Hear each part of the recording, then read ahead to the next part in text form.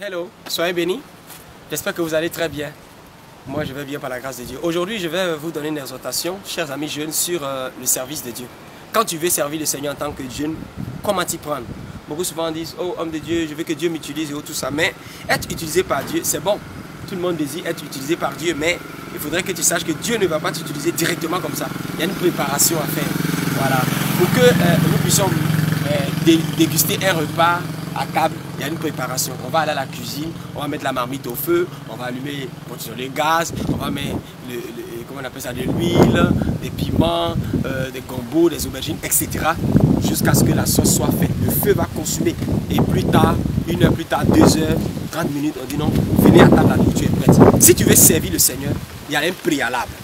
Il y a un préalable. Tu ne te lèves pas comme ça pour dire non, je dois servir le Seigneur. Non. Paul a dit à Timothée, que personne ne méprise ta jeunesse, mais soit un modèle. Voilà. D'abord, avant de servir le Seigneur, il y a des b.a.-ba. Beaucoup de jeunes ne veulent pas faire ça aujourd'hui. Ils veulent se lever en même temps pour être grand serviteur de Dieu. Ça ne passe pas comme ça. Premièrement, il faut servir quelqu'un d'abord. Parce que c'est quand tu as servi quelqu'un d'abord, tu vas apprendre le disciple auprès de cette personne. Et demain, quand tu seras un leader, tu sauras comment travailler avec les gens. Beaucoup ne peuvent pas travailler avec les gens aujourd'hui parce qu'ils n'ont pas appris hier à servir quelqu'un. Donc, première des choses, servez d'abord quelqu'un. Vous démontrez à Dieu que vous êtes humble quand vous servez quelqu'un. Vous faites preuve d'humilité envers l'homme, l'être humain. Beaucoup veulent que Dieu les utilise, mais ils n'ont pas de routes. Ils n'ont pas en fait de chemin. Tu as passé par où? Tu as servi qui? Élisée était avec Élie. Timothée était avec Paul. Les disciples étaient avec Jésus. Josué était avec Moïse. C'est lui qui a conduit le leadership quand Moïse n'était plus là. Donc toi, tu apprends auprès de qui d'abord? Il ne faut pas te dire comme ça, j'ai un mouvement, je fais ceci, c'est bien. Mais sers d'abord pour apprendre. Quand tu sers l'homme, tu fais preuve de fidélité et ta fidélité sera testée. L'homme va te noter d'abord. Les gens veulent que Dieu les note directement, mais Dieu te place auprès de quelqu'un. La note de la personne, là, sera la note de Dieu. Autre chose encore, il faut savoir s'occuper diligemment de la vision d'autrui. Celui qui n'est pas fidèle dans les biens d'autrui, Dieu ne pourra pas lui donner ses propres biens. Et personne, les gens ne veulent pas aujourd'hui servir. Ah oui, ça peut te faire mal parce que tu pensais que j'allais te dire va en retraite, va gêner 50 jours, va faire ceci, tu sens power va venir de toi. Non, je suis désolé. Quand un enfant naît là, il apprend, avant de parler ses propres mots, il dit ce qu'on dit à la maison. Papa, maman, viens ici, puis lui répète, viens ici, to, ta, jusqu'à ce que lui-même il formule ses propres phrases. C'est la même chose quand tu veux servir Dieu. Autre chose encore, par le service auprès d'autrui, tu vas apprendre beaucoup de choses. Oui. Ta maturité, tu vas grandir en maturité, tu vas grandir en connaissance. Quand la personne va t'envoyer, quand la personne va te réprimander, quand la personne va te corriger, non, il faut faire ceci, il faut faire ceci, il faut faire là. Voilà comment on écrit tel courrier, voilà comment on fait ceci. Il faut apprendre à diriger la prière. Mais tu n'as pas appris ça et tu te lèves un coup, tu t'en vas devant la foule. La foule ne pardonne pas, hein. Tu fais erreur devant la foule là, ils vont te mater. Et beaucoup de personnes se sont fait descendre comme ça. Vous n'avez pas appris les bonnes manières dehors avec des gens et vous vous levez comme ça. Je vais servir le Seigneur. Donc attention, autre chose encore, servir autrui, est-ce qu'il se qualifiera à être vous-même dans votre propre vision? Si tu ne te soumets pas à une autorité approuvée par Dieu, personne ne se soumettra à toi. Ah oui, il faut le reconnaître, c'est un principe. Si tu ne te soumets pas à une autorité approuvée par Dieu, personne ne se soumettra à toi. Autre chose encore, refuser de courir avec la vision d'autrui tout en recevant cette personne est la preuve que nous sommes déloyaux. Tu es auprès de quelqu'un, tu dis que tu le sais, mais tu sais toi-même ta propre vision. Tu ne l'aides pas. Tu ne l'as pas épousé la vision. Mais tu as un plan caché. C'est pourquoi Dieu n'utilise pas les jeunes aujourd'hui. Parce qu'ils sont malhonnêtes dans leur cœur. Ils viennent, ils disent que je vais apprendre. Je vais servir le Seigneur. Dieu m'a mis à cœur d'être avec toi. Mais en réalité, dans leur cœur, là, ils ont leur propre plan caché. Quoi d'autre encore? Ne soyez pas simplement comme des robots. Mais faites le service qu'on vous confie avec excellence, avec zèle, avec amour, avec passion. On te dit non, il faut nettoyer la cour de l'église. Tu nettoies simplement, tu t'assois. Ah, mon mari, nettoie simplement, c'est tout. Donne ton meilleur. Donne ton meilleur. Fais ce qu'il y a à faire. En tout cas, donne ton meilleur. Voilà. Autre chose encore, acceptez la rigueur et les exigences de votre leader sous lequel vous travaillez. On ne choisit pas le leader qu'on veut. Dieu te donne le leader dont tu as besoin pour accomplir ta destinée. Il y a des leaders qui sont stricts, soumets-toi à sa rigueur. Il y a des leaders qui sont peut-être, en ce qui concerne le travail, en ce qui concerne la prière, ils sont vraiment stricts. Il ne faut pas dire, oh toi tu es comme ça, toi tu fais. Si tu te plains de ton leader, demain les gens vont se plaindre de toi. Ça, il faut que ça soit clair pour toi. Voici les fondements, les b.a.-ba quand tu veux servir le Seigneur. Tuez les ours et les lions de votre autorité supérieure. Tuez les ours et les lions de votre autorité supérieure. David et était avec Saül. Saül avait un problème. Goliath a cassé la nation. Le petit David s'est levé et dit non, roi Saül, papa, j'ai géré ça pour toi. Toi, tu es dans un ministère, tu es dans une entreprise, tu es dans une vision, tu ne fais rien pour le patron. Tu ne fais rien pour le leader. Mais c'est toi qui vas faire ton big ministère. Et aujourd'hui, c'est ce que beaucoup de jeunes font. Quand tu viens t'utiliser par Dieu, là, voici les préalables. J'espère que tu me comprends.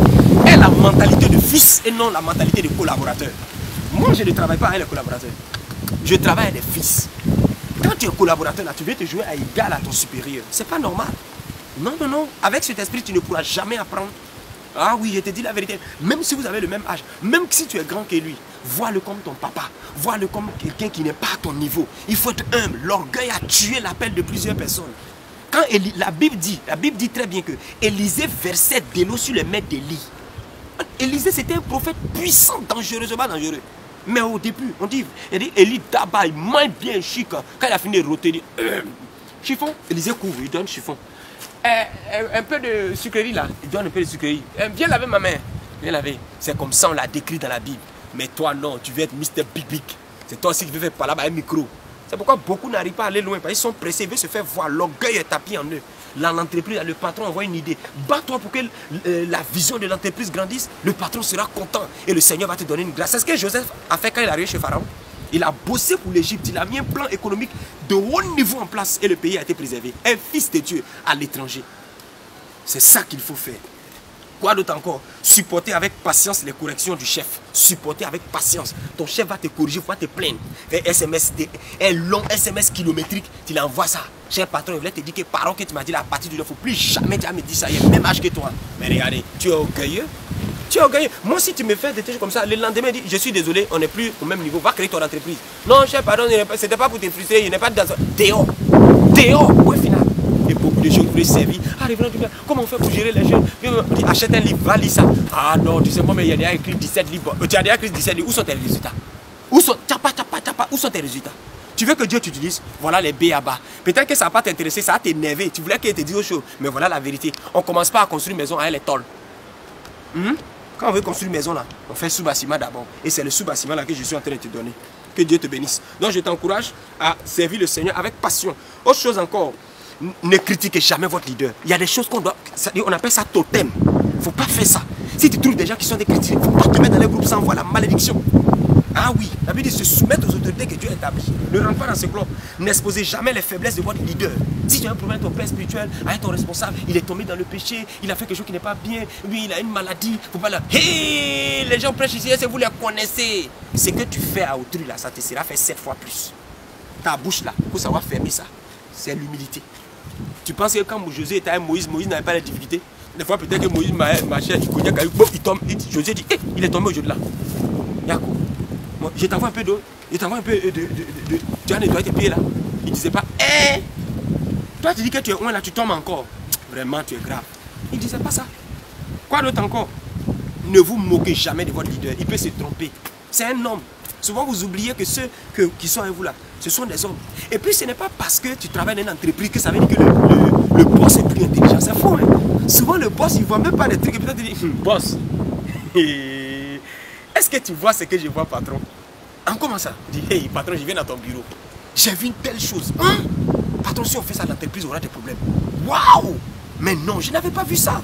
Non, toi, tu dois être mon conseiller privé. Hé, boss, toi aussi. Non, après de dire mon conseiller privé, je vais mettre 200 000 sur ton salaire. C'est comme ça, on apprend. Au lieu de venir te jouer. Moi, il a fait tomber ça là. Il voit des choses. Il faut être humble. Voilà. Autre chose encore, ne soyez jamais unis à un ennemi déloyal contre votre leader. Quelqu'un qui combat ton père, qui combat ton papa, ton boss là. Il ne faut pas t'unir à la personne. Soyez des détecteurs des besoins, des désirs, des soifs de votre leader. Quand ton pasteur parle, quand ton responsable parle, quand ton mentor, ton coach parle là, il faut l'écouter. Souvent il a dit, hé, quel jour on a fini de construire ce point là, qui va me nettoyer ces herbes là. En fait, il a envie de te dire, il faut aller faire. Donc dès qu'il dit, à chaque fois que ton responsable dit, ceux qui sont là, fais attention à ça. Sois celui qui règle ses problèmes et Dieu va t'élever. C'est les B.A.B.A. Prenez tout ce que prenez soin de tout ce que votre leader vous confie. On y va visiter 3 personnes. Occupe-toi de ces jeunes, occupe-toi de ces personnes. Il faut que tu t'occupes de ces personnes. Comme les jeunes. Voilà les B.A.B.A. pour servir le Seigneur. Donc, autre chose encore. Déchargez votre leader. S'il a des problèmes, tout ça, ne vous asseyez pas pour regarder. Et beaucoup de gens qui se disent assistants, c'est ça qu'ils aiment. Ils veulent qu'on les appelle. C'est pas normal. Apprends à servir. Crée des opportunités pour qu'ils te bénissent et non pas pour qu'ils se plaignent. On te confie un travail pour 3 jours, tu fais ça en 15 jours. Mais pourquoi comme ça? Pourquoi? C'est pas biblique. Les jeunes, vous voulez que Dieu vous utilise? Évitez que le leader vous répète les mêmes choses. Toujours, on t'a répété, mais on t'a dit qu'il faut faire ça, il faut aller faire. Mais on t'a dit qu'il faut faire ça, il faut aller faire. Et lui-même, il se lève, il s'en fait. À chaque fois que ton leader te lève pour aller faire quelque chose qui t'a confié, ça veut dire que tu es inutile. Tu ne vaux rien. Maintenant, tu vas me dire, mais révérend, moi je n'ai personne, je ne sais pas, je suis seul dans mon coin. Lève-toi, un pasteur, un père spirituel. Pour tous les gens qui n'ont pas de père spirituel, je suis disponible à être un père pour vous. Mais si vous êtes prêts vraiment à servir. Quoi d'autre encore? Eh mes amis, malheur à toi si on te remplace. Ah, malheur à toi si on te remplace. Si on t'a remplacé, c'est fini pour toi. Ah oui. Et quand je dis servir le Seigneur, ça veut dire quoi? Balayer les sols, ramasser les chaises, coller les affiches au mur, envoyer des SMS aux gens pour dire, ah, demain à réunion, n'oubliez pas. Appeler les gens de l'entreprise, les clients qui sont venus. C'est comme ça. Être à la maison, prends soin des gens. Tu es une servante à quelque part, tu sais, dans la maison de quelqu'un. Fais bien les choses. Ne fais pas les choses à cause des salaires. C'est pour te donner ton salaire. Mais si tu rappelle-toi que demain, tu auras chez toi, tu auras aussi des servantes et des serviteurs. Porter les sacs, aller prendre les bagages à la porte, accompagner à la gare, prendre la personne en moto, en voiture. C'est très important. Proposer des idées. C'est ça qu'on appelle servir le Seigneur. Faire des courses les plus dures sans recevoir des salaires. Marcher sur de longues distances. À 2 h, on te réveille. À 3 h, tu ne te plains pas. Tu dis d'accord, il n'y a pas de problème. Pourquoi? Parce que tu as compris ces principes. Voilà les B.A.B.A. Tous ceux qui n'ont pas appliqué cette loi se sont fait reconnaître par leur attitude déloyale. Ah oui, c'est clair. D'autres se font appeler aujourd'hui des apôtres, des bishops, des révérends. Pourtant, ils n'ont jamais servi quelqu'un. Voilà pourquoi quand ils sont en train de faire le ministère, ils deviennent comme des dictateurs. Personne ne naît à l'aise avec eux-mêmes. Ils ne savent même pas diriger les gens, ils ne savent pas gérer les gens. Parce qu'ils n'ont jamais appris le disciple-là. Tu veux servir le Seigneur, c'est bien. Mais si tu sers mal le Seigneur, tu vas chuter. Donc je vais terminer pour dire ceci, que Dieu nous appelle à le servir, mais servons-le de la bonne manière.